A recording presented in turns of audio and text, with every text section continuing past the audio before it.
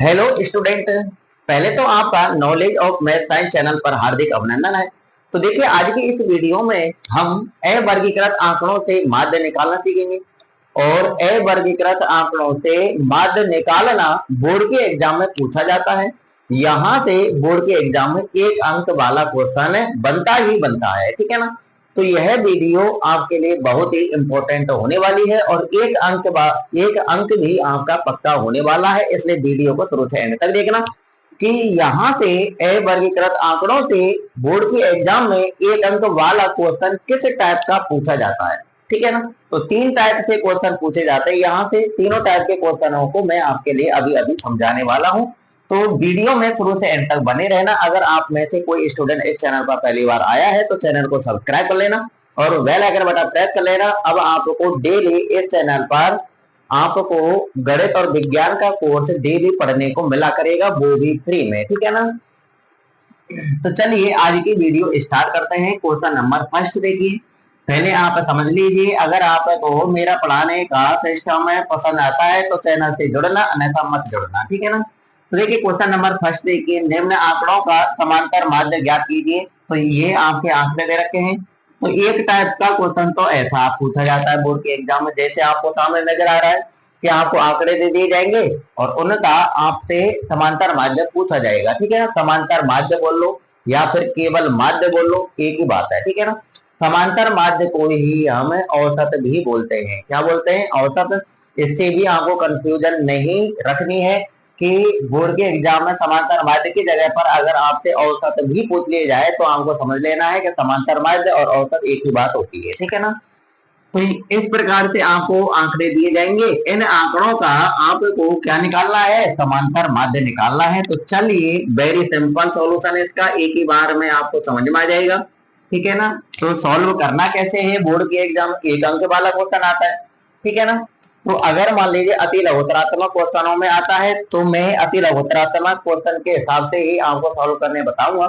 अगर ऐसा क्वेश्चन है मान लीजिए खाली जगह में पूछा जाता है, ठीक है ना, तब आपको ये कार्य जो हम यहाँ पर ये कार्य करने वाले हैं, ये कार्य आपको रफ कार्य में कर लेना है, फिर आपको रिक्त स्थान भर देना है, ठीक है ना। तो आपको क्या करना है? सबसे पहले इन आंकड़ों का माध्य निकालने के लिए आपको सूत्र लगाना है। क्या लगाना है? सूत्र। तो यहाँ पर आपको लिख देना है अतः माध्य। पिछली वीडियो में हमने सभी सूत्रों को पढ़ लिया था। माध्य यानी अवर्गीकृत आंकड़ों से माध्य केवल एक ही प्रकार से निकाला जाता है और वर्गीकृत आंकड़ों से माध्य तीन विधियों से निकाला जाता है: प्रत्यक्ष विधि, कल्पित विधि और परिवर्तन विधि। इन तीनों विधियों के सूत्र और इस अवर्गीकृत आंकड़ों से माध्य निकालने वाला सूत्र हम पिछली वीडियो में कवर कर चुके हैं, ठीक है ना। अगर आपने नहीं देखी तो इस वीडियो के डिस्क्रिप्शन में आपको मिल जाएगा और वैसे आपको सूत्र सभी याद होने चाहिए, ठीक है ना।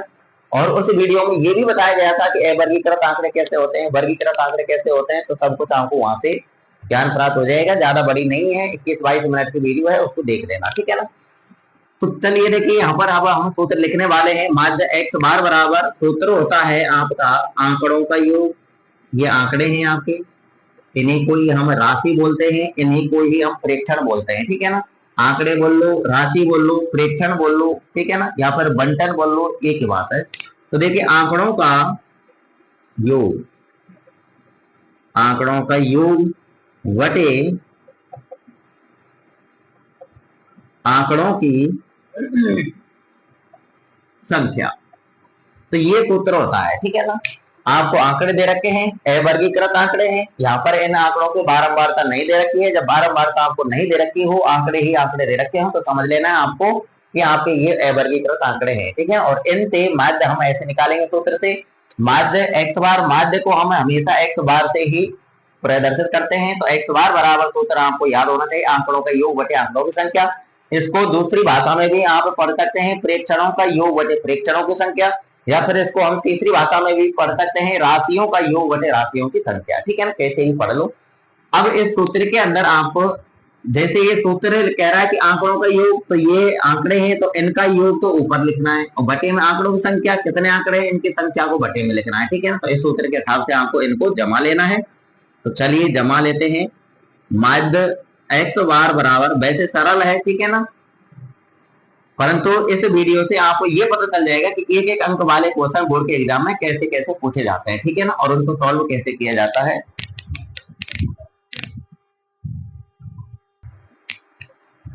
क्या करना है, आंकड़ों का योग करना है, ठीक है ना।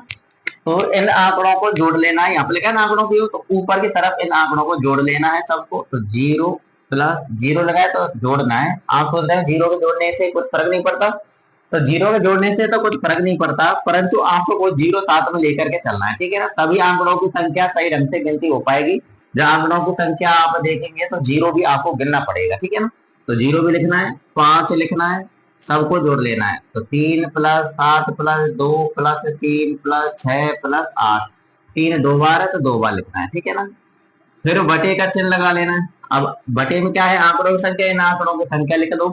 कितनी है, 1 2 3 4 5 6 7 8, आंकड़े टोटल कितने हैं, 8, तो आंकड़ों की संख्या 8 है, तो बटे में लिख लेना है 8। इतना आ गया, होगा समझ में। अब क्या करना है, आपको इन आंकड़ों को जोड़ लेना है। चलिए जोड़ लेते हैं। माध्य एक्स बार बराबर, जोड़ते हैं, चलिए देखिए, 0 और 5 5 ही होगा, 5 और 3 8, 8 और 7 15, 15 और 2 17, और 3 20, 20 और 6 26, 26 और 8 कितना हो गया 34। तो ऊपर लिख लेंगे 34 और बटे में 8 है तो बटे में 8 लिख लेंगे। अब 8 का भाग दे देना है 34 में, चलिए दे देते हैं। माध्य एक्स बार बराबर 8 का भाग 34 में देना है, तो अलग से दे लेना, ठीक है ना, गड़बड़ी नहीं होनी चाहिए। तो 8 चौका 32, 34 में से 32 घटाएंगे 2 बचेगा, पॉइंट लगा के 0 बढ़ा देंगे, 20 में भाग जाएगा 8 का कितनी बार, 2 बार, 8 दूनी 16, और 20 में 16 घटाएंगे 4, पॉइंट लगी रहा है, और 0 बढ़ा लो क्योंकि भाग पूरा पूरा जा रहा है, तो 8 40, ठीक है ना। तो पॉइंट के बाद कितने अंक आना जरूरी है, पॉइंट के बाद 2 अंक लाना बेहद जरूरी है, ठीक है ना। तो माध्य आ गया यहाँ पर 4.25, 4.25, और यही आपका बिल्कुल करेक्ट आंसर है, ठीक है ना। तो ऐसा क्वेश्चन है बोर्ड के एग्जाम आए तो इसको ऐसे सॉल्व करके आना है, ठीक है ना। आगे होगी समझ में, बिल्कुल सिंपल है। एक टाइप का क्वेश्चन तो आपकी समझ में बैठ गया होगा कि इस टाइप का क्वेश्चन आता है। आपको मैं एक बात बता देता हूँ कि जितने भी क्वेश्चन मैं करा रहा हूँ इनको आप हेयर कॉपी में नोट कर लेना। जब भी बोर्ड के एग्जाम देने आप जाएंगे 2026 में, तब इन क्वेश्चनों को जरूर देखना, और ऐसे ही क्वेश्चन आपको बोर्ड के एग्जाम में देखने को मिलेंगे, ठीक है ना।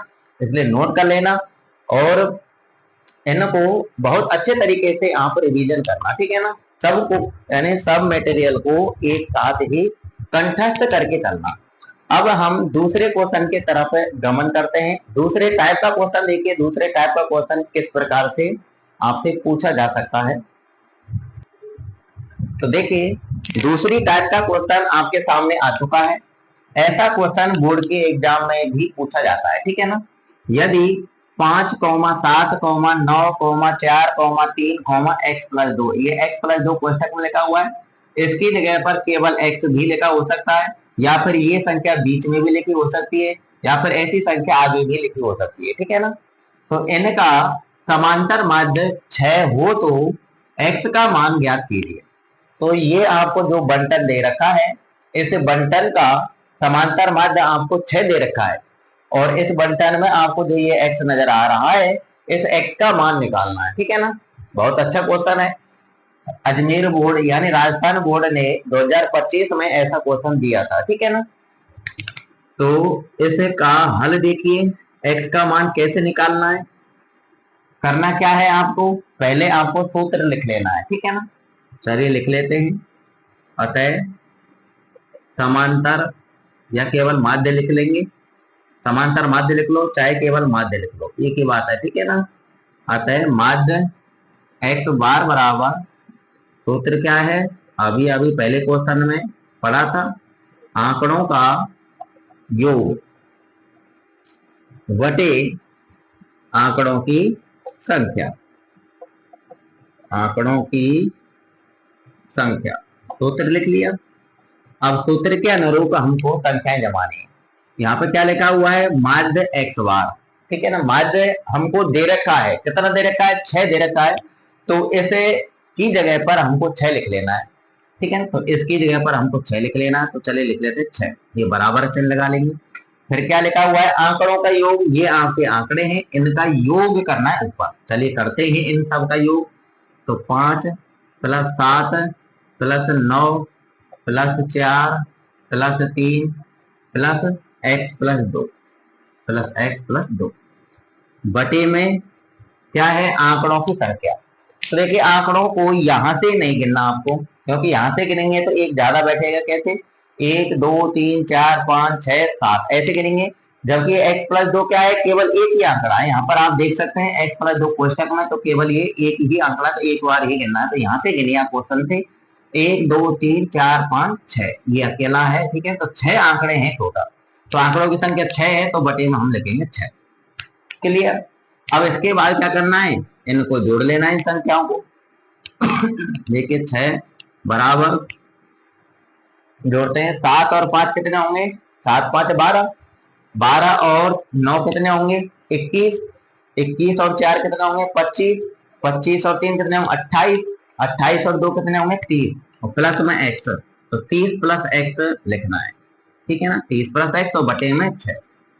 अब इस 6 के नीचे एक मान करके वज्र गुणा कर देना है। ठीक है ना, क्योंकि हमको तो x का मान चाहिए। तो एक का गुणा हम 30 + x से करेंगे, तो 30 + x ही आएगा। बराबर का चिन्ह लगा लेंगे। अब 6 का गुणा 6 से हो जाएगा, तो 6 छक्के 36। अब समीकरण बन चुका है, इसका पक्षांतरण करके हम x का मान निकाल लेंगे। तो प्लस का 30 उधर जाएगा, माइनस का हुआ तो इधर x बचेगा। 36 लिखेंगे पहले, 30 प्लस का है, इधर जाएगा तो माइनस का, तो माइनस का 30 लिख देंगे। अब 36 - 30 को सॉल्व कर लेंगे, तो x बराबर 36 में 30 घटाएं, कितना बचेगा, 6। तो x का मान आया आपका 6। तो ऐसा क्वेश्चन है, आपसे पूछा जाए तो आपको इस हिसाब से सॉल्व करना है। आ गई होगी समझ में।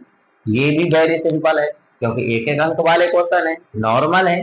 ठीक है ना, ये अवर्गीकृत आंकड़ों से माध्य निकालना सीख रहे हैं। ठीक है ना, या फिर आंकड़ों में से कोई संख्या लुप्त कर रखे तो वो संख्या निकालना सीख रहे हैं।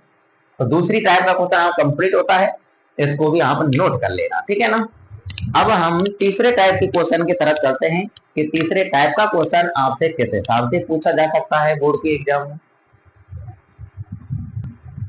तो देखिए तीसरी टाइप का क्वेश्चन आपके सामने आ चुका है। ऐसा भी क्वेश्चन है आपसे पूछा जाता है।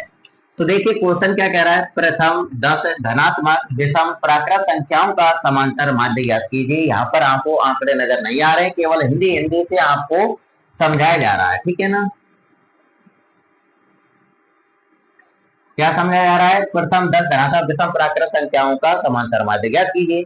तो यहाँ से आपको आंकड़े निकालने हैं। तो आंकड़े निकालने के लिए आपको नॉलेज होनी चाहिए। प्राकृत संख्या कहाँ चालू होती है, पूर्ण संख्या, पूर्णांक संख्या, ठीक है ना, परिमेय संख्या, इनके बारे में आपको पता होना चाहिए।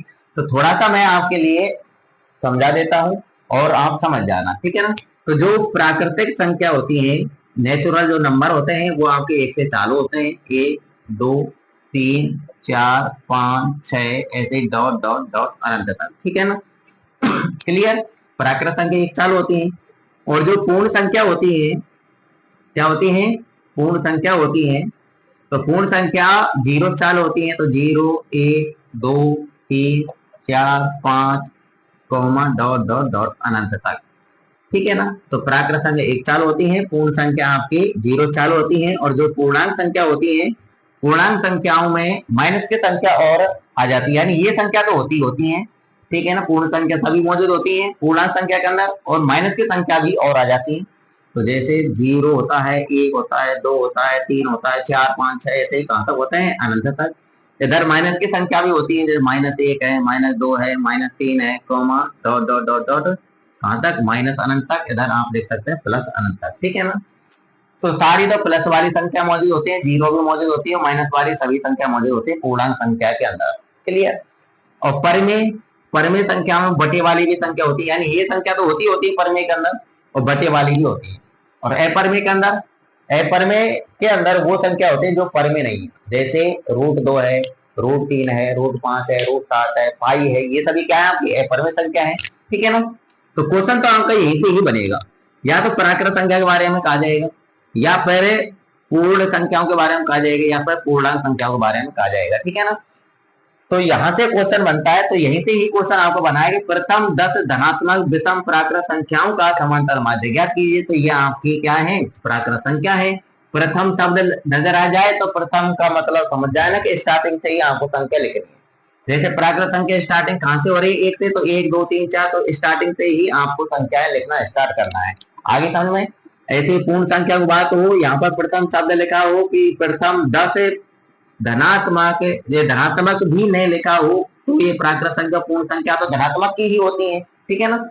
तो ये धनात्मक शब्द लिखा हो या नहीं लिखा हो उससे कुछ फर्क नहीं पड़ेगा। प्राकृत संख्या के लिए और पूर्ण संख्या के लिए, पूर्णांक संख्या के लिए फर्क पड़ेगा, क्योंकि पूर्णांक संख्या के अंदर माइनस की संख्या भी मौजूद होती है, प्लस वाली भी संख्या मौजूद होती है। इसलिए पूर्णांक अगर शब्द नजर आ रहा है यहाँ पर प्राकृत की जगह पर पूर्णांक संख्या नजर आ रहा है, तो यहाँ पर धनात्मक शब्द मिलेगा।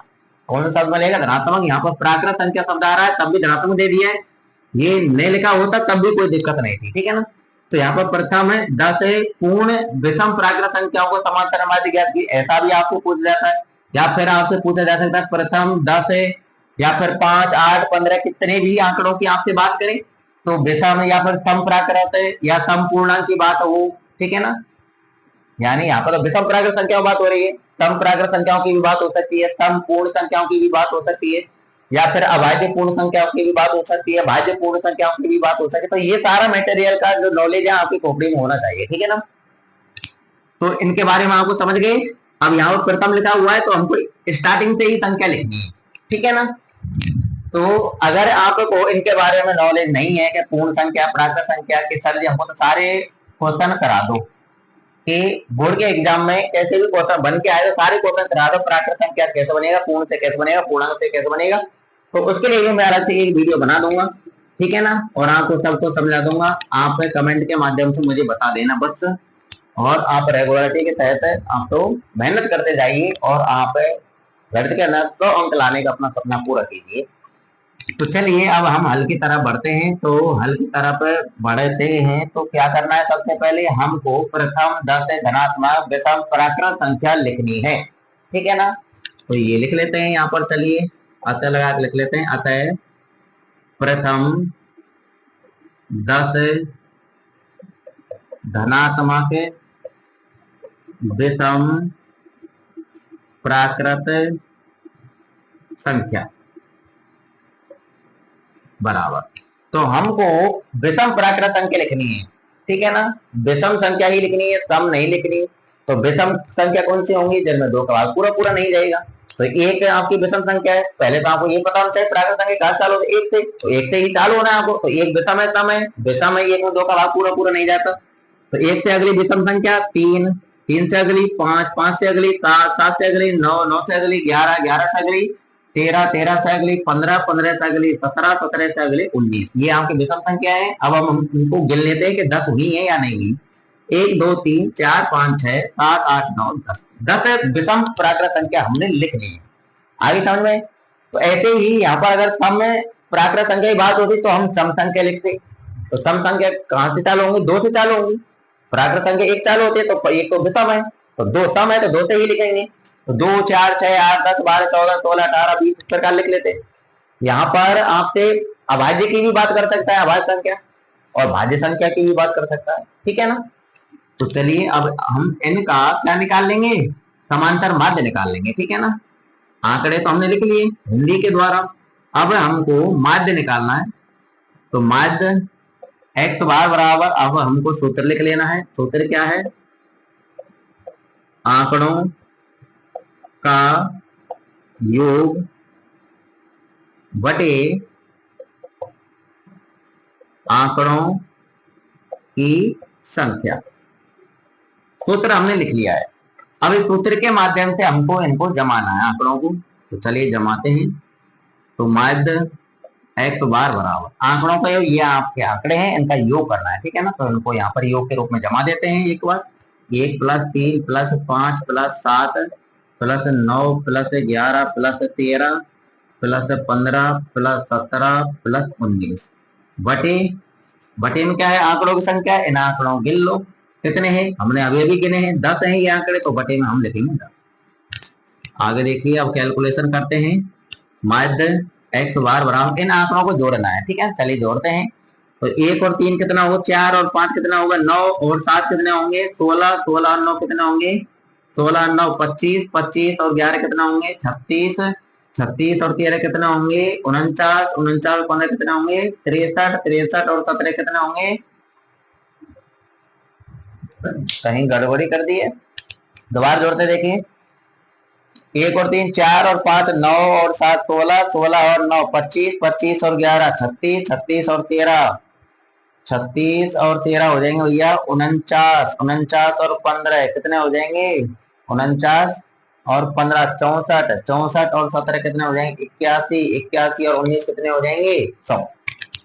तो टोटल इनका योग बैठा है 100 और बटे में है आपका 10, और 10 का भाग 100 में दे देना है, आगे होगा आपका आंसर, या फिर 0 0 कर दो, बचेगा क्या 10। ठीक है, तो 10 का भाग 100 में दिया कितना है 10, तो यही आपका माध्य है। प्रथम 10 धनात्मक विषम प्राकृत संख्याओं का समांतर माध्य कितना निकल के आया 10, और यही यहाँ पर राइट आंसर है। तो अब आपको पता चल गया होगा कि ऐसा बोर्ड के एग्जाम में क्वेश्चन पूछा जाता है और उसको ऐसे सॉल्व किया जाता है। यहाँ पर आपको आंकड़े देके नहीं रखेगा, आंकड़े आपको निकालने हैं, ठीक है ना। और ये आंकड़े कब निकलेंगे, जब आपको ज्ञान होगा कि सम संख्याओं के बारे में, विषम संख्या के बारे में, भाज्य संख्या के बारे में, अभाज्य संख्या के बारे में, और आपको ज्ञान होना चाहिए कि प्राकृत संख्या कहाँ चालू होती है, पूर्ण संख्या कहाँ चालू होती है, पूर्ण संख्या के अंदर कौन कौन संख्या होती है, परमे की संख्या, परमे संख्या के अंदर कौन कौन सी होती है, अपरमे संख्या कौन सी होती है, इनका भी आपको ज्ञान होना चाहिए। तो अब मेरे अनुसार तो अवर्गीकृत आंकड़ों से माध्य निकालना आपको कंप्लीट होता है। ये 3 टाइप के क्वेश्चन आपसे बोर्ड के एग्जाम पूछे जाते हैं। अगर आपको जो मैंने अभी अभी बताया कि ये ज्ञान आपके माइंड में होना चाहिए, अगर ये आपके माइंड में नहीं है तो मुझे कमेंट के द्वारा अवगत करा देना, मैं आपके माइंड में ये ज्ञान प्रवेश कर दूंगा, ठीक है ना। एक वीडियो और बना दूंगा, सब कुछ आपके माइंड में सेट हो जाएगा। अब हम मिलेंगे नेक्स्ट वीडियो में, आज के लिए इतना ही काफी। तीनों क्वेश्चन वेरी वेरी इंपॉर्टेंट है 2026 के लिए, ठीक है ना, नोट कर लेना। वेरी वेरी इंपॉर्टेंट मतलब इस पर मोहर लगा दीजिए कि ऐसा ही क्वेश्चन आपको बोर्ड के एग्जाम में 100% देखने को मिलेगा, बाहर नहीं जाएगा, गारंटी है। मैं इसी चैनल पर आपके सामने पेश रहूंगा इसी चैनल पर मिलूंगा।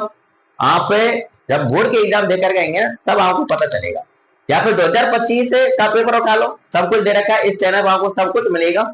2025 का पेपर का सॉल्यूशन भी है, और 2025 में जो इंपॉर्टेंट क्वेश्चनों की जो मैंने वीडियो बनाई थी वो भी सब कुछ इस चैनल पर मौजूद है। आप देख लो मैंने क्या पढ़ाया है, क्या बोर्ड के एग्जाम में आया है, ठीक है ना। तो वीडियो को लाइक जरूर कर देना और अपने दोस्तों में इस वीडियो को शेयर कर देना, ताकि ज्यादा से ज्यादा स्टूडेंटों को इस वीडियो का लाभ मिल सके, ठीक है ना। आपके अंदर कोई भी द्वेष भाव नहीं होना चाहिए कि हम दूसरे स्टूडेंट को शेयर करेंगे तो यानी इसको वीडियो देख करके कुछ सीख जाएगा, ये आपके माइंड में नेगेटिव थिंकिंग नहीं होनी चाहिए, ठीक है ना। अच्छे स्टूडेंट वही होते हैं जो एक दूसरे को देख करके द्वेष भाव नहीं रखते हैं, ठीक है ना। उनका शांत स्वभाव होता है, आज्ञाकारी होते हैं, ठीक है ना। अब हम नेक्स्ट वीडियो में मिलेंगे।